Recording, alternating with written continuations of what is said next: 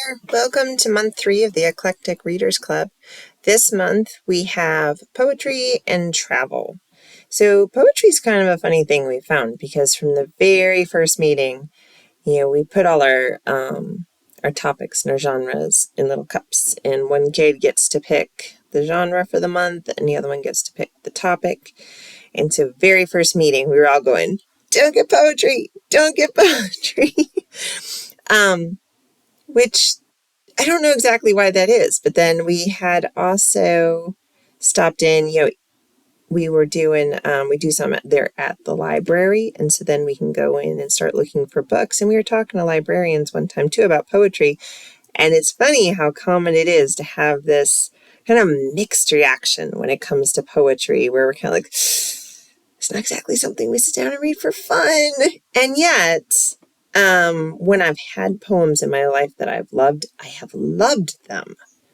And the librarians we were talking to were saying the same thing. Like, when you find that poem, it just, I don't know what it is, but it means something. Because when I was young, I loved The Raven. And I would literally, I can remember taking a walk in the snow around the city one time. I was probably 10.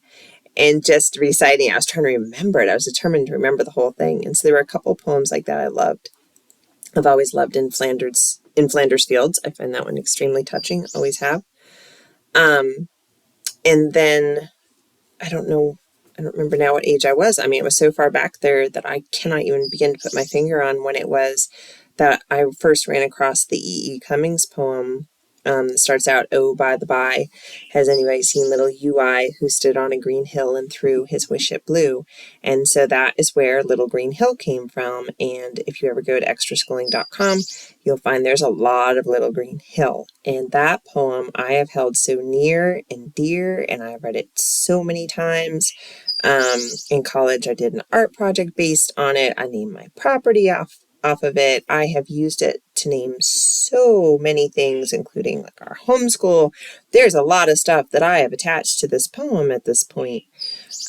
Whereas, I don't read poetry. We have very rarely, my son actually, I was told when I was pregnant, children love rhyming books. Like, all children love rhyming books. My son hated rhyming books. Hated. So we read pretty much nothing that had a rhyme to it, even picture books, any of that. Yeah, it couldn't have any kind of rhythm and meter. None of that. No rhyming. Heaven forbid we should have any of that stuff. It's only been as he's a little bit older that we've started to attempt some and are still working on some. Like, we started Where the Sidewalk Ends earlier this year, which was a book my father loved, and I know I would have read that one as a kid probably multiple times. We're still working on it. I bought it when he was an infant. So we're still trying to get through. So I'm not joking when I say that this month is probably the most poetry we have ever read in our lives together. Possibly the most in my entire life. We have actually enjoyed it. I posted a few of our books that we have done, and we had some we really enjoyed.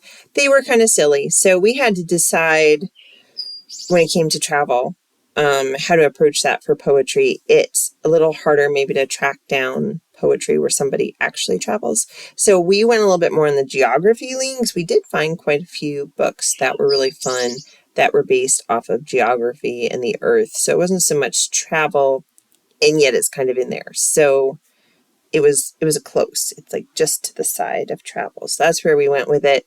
Whereas Bartholomew Biddle and the Very Big Wind, I believe I'm getting that title right. I have found in some of these videos my brain goes off track and I am accidentally getting things mixed up. But with that one, that is a book that we have read multiple times. This was not our first time doing it, and we do love that book, and the boy does travel in it. So if y'all want a fun one to do, that's a longer one. I think it's 7 or 8 chapters of poetry. We generally we're not there to sit and read it at a clip. It might be like every night we do a chapter of it, but the boy has some great adventures sailing around on his bedsheet, and it's a really fun book. So, depending on how you feel about poetry, this might be a really fun month, or it might be one where you're kind of also going, oh no. But, you might want to talk about it and be like, where do you fall with poetry? Were your kids ones or were you ones where you like rhyming books? What kind of poetry do you like? Do you like rhyming poetry? Do you like more free verse? Like, there's so many types of poetry. And I don't have a particular favorite, honestly. When I read them, some of mine that I've loved, like The Raven, that is very controlled and has a rhythm and a rhyme to it, whereas E.E. Cummings, no. If you read any E.E. Cummings, I mean, the man does not even like to capitalize, so he's very free with how he approaches his poetry. So yeah, think about it. Like, what poetry is fun for you, or what do you enjoy, or what speaks to you? Do you write poetry? What particular kind do you write? So give it a thought, roll it around, and then see what you can find this month to really dig into. We had a lot more fun than we thought we were going to, and I'm glad we got the topic that we were all bracing ourselves for. So keep reading, keep exploring, stay curious, all that usual stuff. Y'all have a great month, and we will see you for month 4.